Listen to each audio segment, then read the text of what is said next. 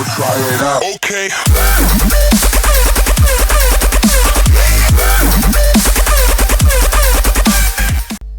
За юу цаана ихэвэн за тэгээд энэ удаагийн бичлэгээр би та бүхэнд нэгэн туториал бичлэгийг бас дахин хүрэхтэй таатай байна. За тэгэхээр энэхүү туториал бичлэг нь болохоор одоо та бүхэн гар утасныхаа дэлгэцийг нэг дор олон хүмүүст харуулах гэхээр энэ гар утасны чинь дэлгэц хэтэрхий жижигдээ зарим хүмүүст харагдахгүй байдаг.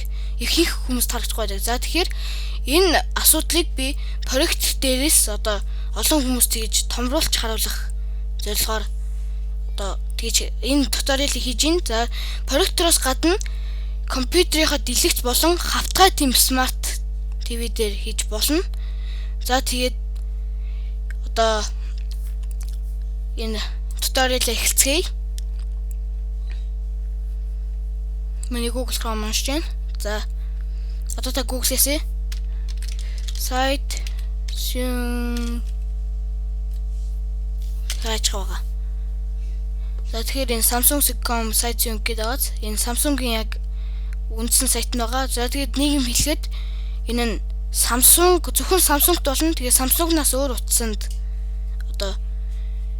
одоо хийх туториалыг би дараагийн туториал дээр хүргэх байгаа. За тэгэхээр одоо би энэ компьютер дээр дэлгэцээ гаргах гэж байгаа учраас би энэ download from PC Windows гэдэг юм дээр дараад татах байгаа. За тэгээд бас утсан дээр утсаа одоо компьютер дээр гаргахад энэ USB кабель хэрэгтэй.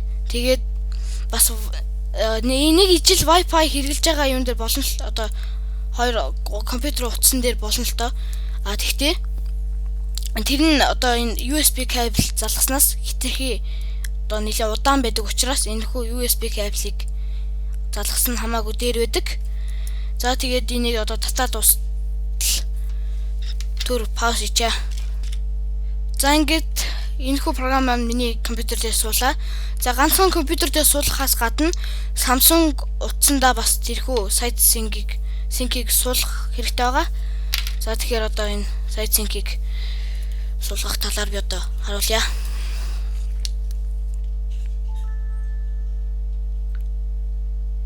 За Play Store руу орно. За тэгээд search дээр сайт sync гээ хажихаар энэ доор нь иймэрхүү зурагтай юм гарч ирэх нь энэ хоёр дахь нь.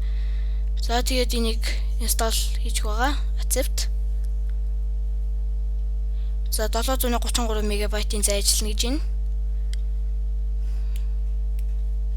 За ингээд татаа болчлоо. За open гэж. За site sync. Одоо энэ site sync-ийг би хэлж байгаарай. За би одоо site sync-ийг зөвхөн татсан одоо компьютер дээр суулгах байгаа. За тэгээд одоо суулгахдаа би энэ саяны татсан сайт sync-ийг нээн. За yes тарчи. За next. За энэ дээр одоо идэвхжүүлж өгнө. Тэгээ next. Одоо энийг install одоо энийг энэ суулгах үйл ажиллагаагаа хийх гэж байна. За энийг суугаад дуустал одоо түр пауз хийчи. За би энийг ингээд одоо суулгаад дуусчлаа. Энийг finish тарчи. За тэгээд одоо би энэ утсан дээр сайт sync татаад дагадаа суулгацсан байгаа. За дагадаа татсан байгаа. За тэгээд бас энэ нэг ижил Wi-Fi хэрэглэсэн тохиолдолд ийм кабель ашиглахгүйгээр холбож болно. Гэхдээ энэ кабель ашигласнаас маш удаан болохоор та энэ одоо кабель ашигласан дээр за тэгээд энэ кабель утас хоёроо ингээд хооронд нь холбочихъя. За орсон одоо энийг старт. Окей.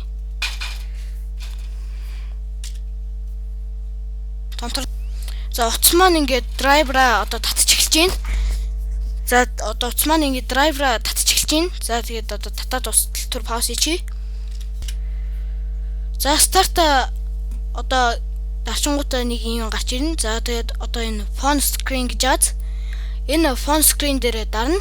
За одоо ингээл таны гар утасны дэлгэц чинь ингээ харагдчих байна. За F10 тэгээд одоо та энэ утсаа ингээд асаач юм бол энэ компьютер дээр чинь нэг юм алдаа гэх юм одоо нэг иймэрхүү юм гарч ирнэ. За тийм учраас та энийг дарж байгаад энд presentation mode гэж гарч ирнэ гэж байгаарай. За болж байна. За энэ миний presentation mode дээр дарчвал та одоо утсаа ингээд ажиллаж болно. За ингээд миний утасны дэлгэцэн харагдаж байна. Тэ.